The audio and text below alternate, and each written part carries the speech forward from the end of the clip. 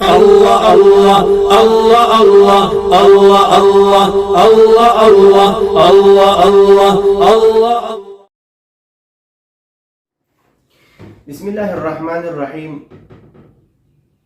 آج کل فلسطین کے حوالے سے اور غزہ کے حوالے سے بہت عجیب اور غریب حالات سامنے آ رہی ہیں۔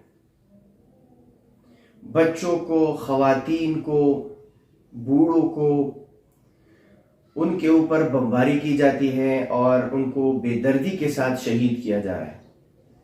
مسلمان ممالک کسی بھی حد تک ان کے ساتھ کھڑے ہوئے نظر نہیں آ رہے۔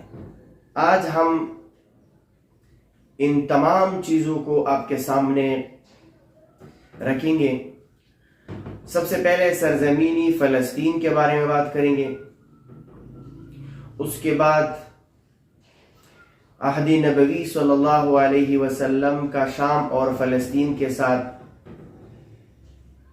اور اسی طرح سفر معراج کا اور سرزمین فلسطین، اسی طرح بنی اسرائیل اور سرزمین فلسطین، اور اسی طرح حضرت عیسیٰ علیہ السلام اور حضرت مریم اور سرزمین فلسطین، اور اسی طرح سورۃ التین اور سرزمین فلسطین۔ ان تمام عنوانات پر ہم بات کریں گے، لیکن قسط وار۔ تو سرزمین فلسطین کو اللہ تعالیٰ نے خاص مقام اور اہمیت سے نوازا۔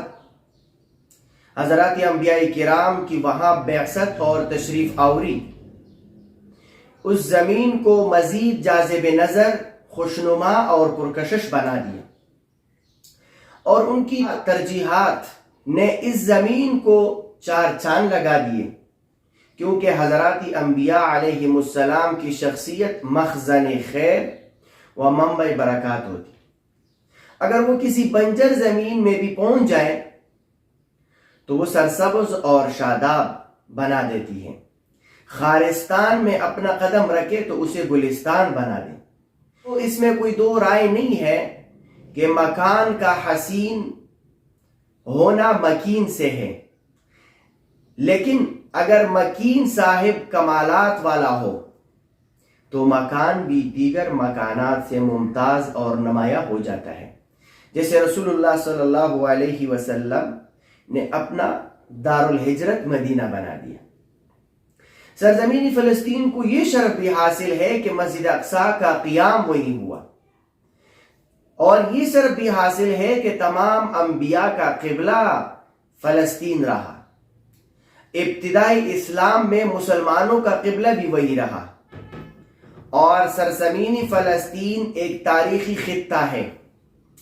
ان کے ساتھ وہ نہ صرف جغرافیائی تاریخ وابستہ ہے، بلکہ دینی اسلامی تاریخ کا ایک بڑا حصہ بھی اس کے دامن سے وابستہ ہے۔ تفسیر ابن کثیر رحمہ اللہ نے لکھا ہے کہ صخرہ بیت المقدس، اس سے وہ پتھر مراد ہے کہ سفر معراج میں جب آپ صلی اللہ علیہ وسلم بیت المقدس تشریف لے گئے تھے تو جبریل علیہ السلام نے براق کی رسی اس پتھر سے باندھی تھی، اور اسی پتھر سے میٹھے پانی کا سلسلہ قائم ہے۔